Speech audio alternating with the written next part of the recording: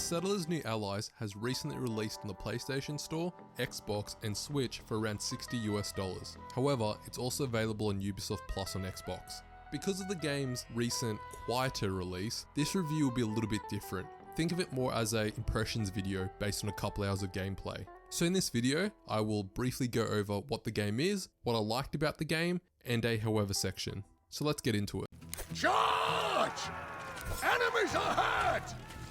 So The Settlers New Allies is a real-time strategy game / city building game. The game has combat and gameplay similar to games like Age of Empires, while it takes a more city building approach to resources and buildings.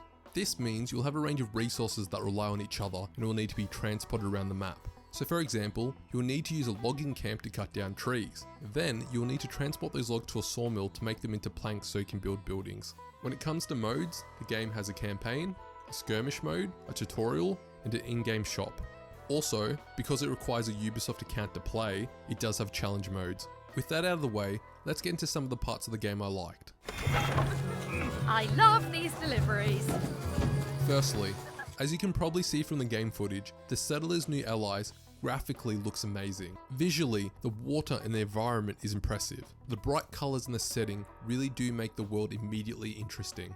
On top of these visuals, when it comes to performance, I didn't experience any issues on my Xbox Series X. Speaking of the console, one of the parts I found surprising was how intuitive the game feels on the controller. The game has an in-depth mini tutorials that cover nearly every aspect of the game. This includes the basics like resources and buildings, to systems like trading, research and combat.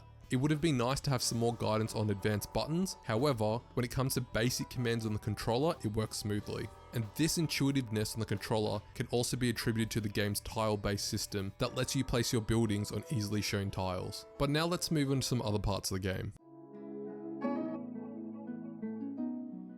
Okay, so this part of the game can be different depending on the player. So when it comes to pacing, for better or worse, the game can feel slow. And this can be good because it can create a slower paced, relaxing game. However, I found this to be a big challenge of the game. I mentioned before how the game is an RTS / city builder. Well, I never felt like it truly hit the full potential of either of these genres. When it comes to the RTS parts, I found the overall pacing of resource collection to not be fast enough. I also found combat to be extremely streamlined and lacking a lot of complexity. It often felt like it came down to who had the most amount of troops. For the city management parts of the game, I found to be lacking a lot of depth. A lot of the systems felt like they were streamlined towards military production. It would have been nice to see the promotion and viability of other more economic focused victories and playstyles. There was also some design choices in the game, like making logging camps require the resources it gathers to be built, which has an impact in early game. However, a significant issue when it comes to the longevity of the game is the skirmish mode. Currently, the game has 1v1, 2v2 and 4v4.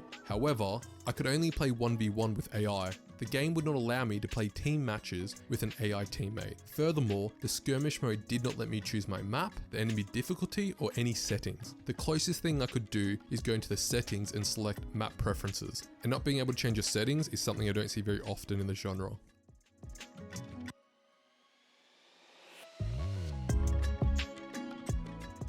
Overall, The Settlers New Allies is a game that won't be for everyone. Some people may enjoy the graphics and streamlined city management.